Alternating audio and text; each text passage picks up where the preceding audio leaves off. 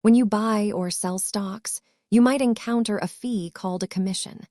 Let's break down what that actually means for your portfolio.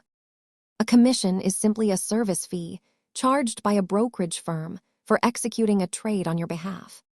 While traditional firms once charged high fees per trade, the industry has shifted toward zero commission models for most retail investors. These fees are meant to cover the operational costs of the brokerage and the technology required to move your money into the market. Don't confuse commissions with the bid-ask spread. One is a fee you see, the other is a difference in market price. Over the last few decades, technology has driven the cost of executing trades down significantly, making investing more accessible for everyone.